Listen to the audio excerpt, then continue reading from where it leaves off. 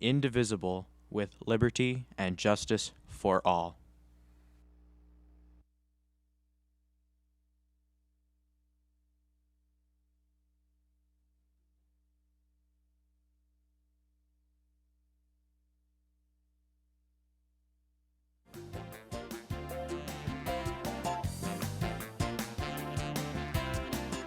Good morning, Mount Carmel area, and welcome to MCA Live. I'm Zachary Hunter. And I'm Mackenzie Wood.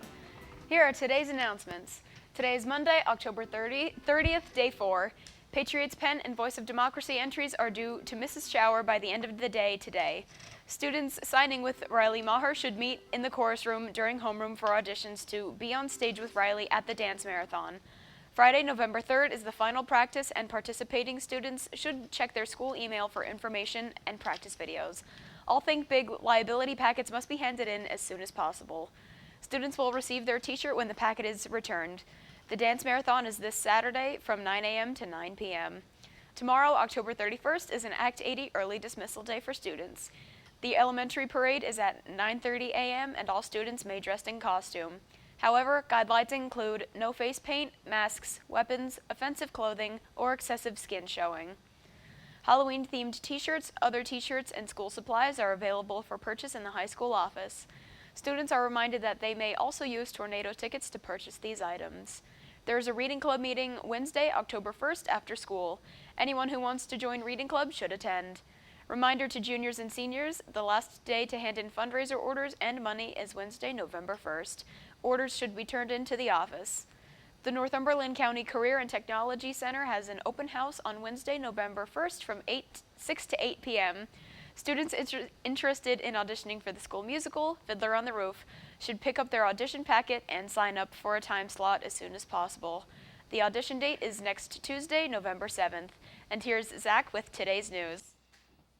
National Fire Prevention Week was the second week of October, and our elementary school was greeted with special visitors. Mount Carmel Borough and Township Fire Companies came to the elementary school to discuss fire prevention and safety to pre-K through third grade students. Captain Kevin Maines of Anthracite Fire Company gave a presentation about what to do in case of a fire. Maines stated the presentation by showing the kids what a smoke detector is and how it sounds. He then went over safety procedures such as having a fire evacuation drill at home, never going back into a burning building, and not to play with fire, lighters, or matches, along with the classic and important stop, drop, and roll drill. During the presentation, fires demonstrated climbing the ladder, which they would use if a child were trapped in a building near a window. After the presentation, the elementary students walked around to each fire station's display to see the different fire trucks and talk to the firefighters, as well as the Clover Hoses canine mascot Sparky. All students received tote bags and coloring books, along with being awarded firefighter hats. This was a great demonstration teaching kids how to be safe at an early age. Thank you to all the fire companies that brought this important message to our students. Good job, kids. Tomorrow is the annual elementary school Halloween parade. Elementary school students from grades kindergarten through 6th grade will show off their spooky, wacky, and creative costumes while making 2 laps around the high school parking lot. Costumes appear in a wide variety from popular superheroes, group costumes, and movie characters. Parents of the elementary students are invited to observe the parade and see their children dressed in their costumes. The parade starts at 9:30 a.m. and will be led by the Big Red Marching Band and Future Teachers of America Club members, who themselves will be dressed up in their own Halloween attire. All high school students are allowed to dress in costume tomorrow with the usual guidelines of no face paint, masks, nor weapons, offensive clothing, or excessive skin showing. Not only is tomorrow Halloween, but it's also an Act 80 in-service day with early dismissal for all students. Tomorrow is the day to get your fright on MCA.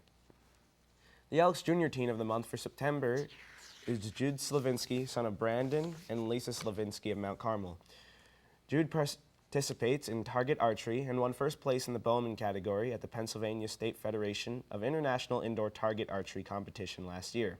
Jude is currently training in archery to compete in Paris at the 2024 Summer Olympics. Jude is also an honor roll student who, besides archery, likes math, science, and chess. Congratulations to Jude and best of luck on the school year. Today's word of the day is promulgate. The teachers promulgate their rules on cell phones in class. Stay tuned to find out what promulgate means, and we'll be right back with Nick in Sports.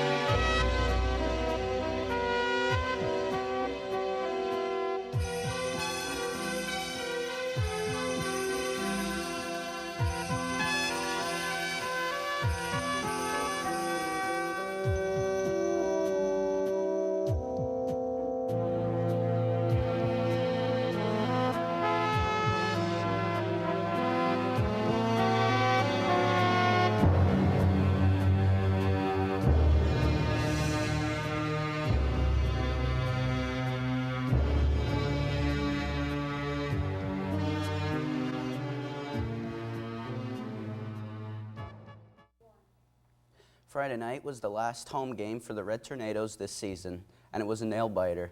Our biggest and most historic rivals, the Shamokin area Indians, came to the Silver Bowl to battle it out for the infamous coal bucket. Both teams were fired up to play in the last regular season game, as there isn't any feeling better than rivalry week. The coin toss had the Indians receiving first. Shamokin area's Devin Pikevich kicked off an exciting game with a long run on a first drive, flipping field position completely around. Quarterback Mark Wetzel threw a pass to Jake Jeremiah in the back of the end zone for a score.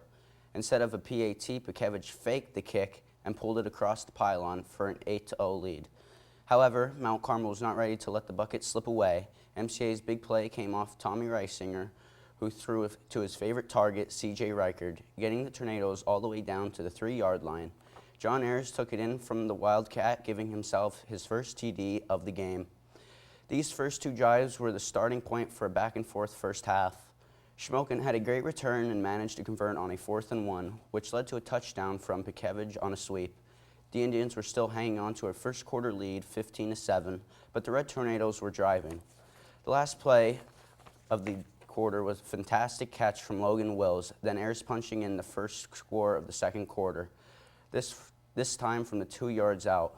The Mount Carmel defense didn't even come out on the field, as Pikevich was the one-man show on the kickoff, making cut after cut, breaking tackles to take an 85-yard return to the house. Down 22-14, MCA had to get something started. After 3 and out, a big stop on defense gave the Big Red the ball back.